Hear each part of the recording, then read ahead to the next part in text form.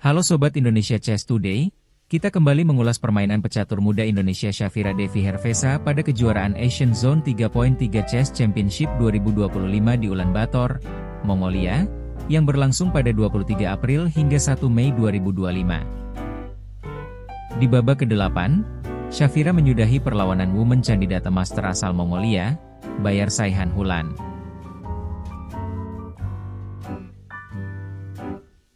Sebelum kita mengulasnya, mohon Sobat terus mendukung channel Indonesia Chess Today dengan memencet tombol like, subscribe dan share video ini, agar admin semakin semangat menyajikan konten-konten catur. Pada permainan kali, Shafira memegang buah putih dan Hulan memegang buah hitam. Sharifah membuka dengan pion E4, dibalas hitam dengan pion C5. Kuda putih melompat ke F3, dijawab dengan kuda hitam ke C6. Pertahanan Sisilia variasi kuno. Pertahanan ini terjadi karena putih tidak segera menyerang dengan mendorong D4. Di langkah ketiga, Shafira mengeluarkan gajah terang ke B5, mengancam kuda hitam. Hulan mendorong pion G6 untuk membuka ruang bagi fianchetto gajah gelapnya untuk berkembang. Shafira langsung memakan kuda hitam di petak C6 dengan gajah terangnya. Setelah pion hitam memakan gajah putih di C6, Shafira mendorong pion D3, untuk menyokong pion di E4.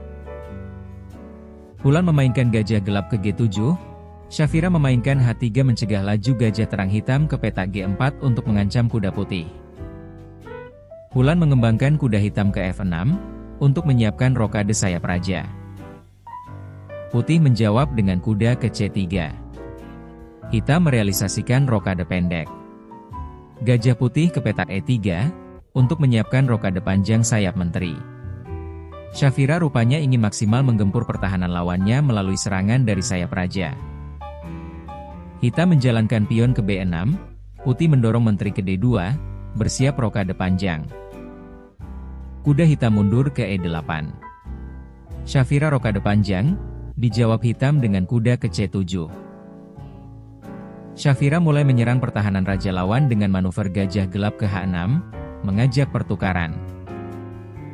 Hitam menggeser benteng di samping raja ke E8. Putih terus merangsek pertahanan hitam dengan dorongan pio H4. Hulan menolak pertukaran dan memainkan gajah hitam ke H8. Pion putih terus maju ke H5. Gajah terang hitam bergerak ke petak G4. Putih makan pion G6, dibalas hitam dengan memakan balik pion putih. Alhasil, lajur F terbuka dan memberikan kesempatan bagi putih untuk menambah serangan. Shafira menggeser benteng D ke petak G1. Hitam mendorong pion E5. Kuda putih bermanuver ke G5 untuk mengontrol petak strategis di E6, F7 dan H7. Benteng hitam bergerak untuk mempertahankan baris 7. Shafira kembali mendorong pion F4. Hitam mencoba mengganggu pertahanan putih dengan pion C4. Putih fokus menyerang dan menggeser benteng ke F1 untuk mengontrol laju F yang sudah terbuka. Hitam menggerakkan menteri ke D6. Analisis engine memperlihatkan, putih unggul dominan atas hitam. Putih konsisten mendorong pion ke F5. Hitam memakan pion D3, putih balas memakan. Menteri hitam mundur ke D7, membantu pertahanan di baris 7. Shafira kembali mendorong pion ke F6, mengancam benteng dan bersiap merontokkan pertahanan hitam. Setelah benteng hitam bergeser ke F7, kuda putih langsung melahapnya. Setelah menteri hitam memakan kuda di F7, putih menggerakkan menterinya untuk menyokong pion di petak F6. Gajah hitam ke E6, menteri putih mundur ke H4, selanjutnya kuda hitam ke E8. Gajah putih bermanuver ke G7, untuk membuka laju H dan memberikan jalan bagi menteru untuk menusuk pertahanan hitam. Hulan menjawab dengan mendorong pion ke H5. Gajah putih memakan gajah hitam di H8. Setelah raja hitam memakan gajah putih, Shafira mendorong pionnya ke G4, menambah tekanan. Pion G putih memakan pion hitam di H5. Menteri hitam ke H6, skak. Setelah Raja Putih bergeser, Hulan mendorong pionnya G5. Menteri Putih bergeser ke G3. Raja Hitam lari ke G8, Menteri Putih memakan pion di E5. Raja Hitam naik ke F7 untuk melindungi gajahnya sekaligus menutup ruang bagi pion putih menusuk lajur F menuju petak promosi. Kuda putih bermanuver ke E2. Kuda hitam memakan pion F6. Menteri Putih ke C7 skak. Setelah Raja Hitam ke G8, Menteri Putih leluasa memakan pion C6, sekaligus menganfam dua perwira hitam.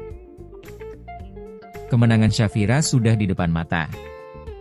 Benteng Putih bermanuver dengan memakan kuda F6. Setelah Menteri Hitam memakan benteng, Menteri Putih juga memakan benteng di petak E8 yang bebas dari penjagaan, skak.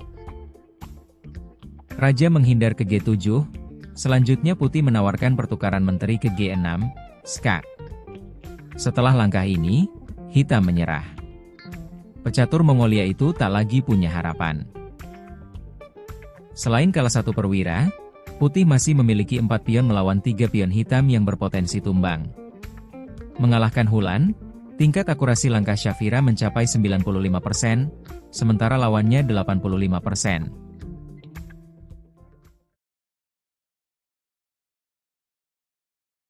Sobat Indonesia Chess Today, terima kasih sudah menyimak video ini.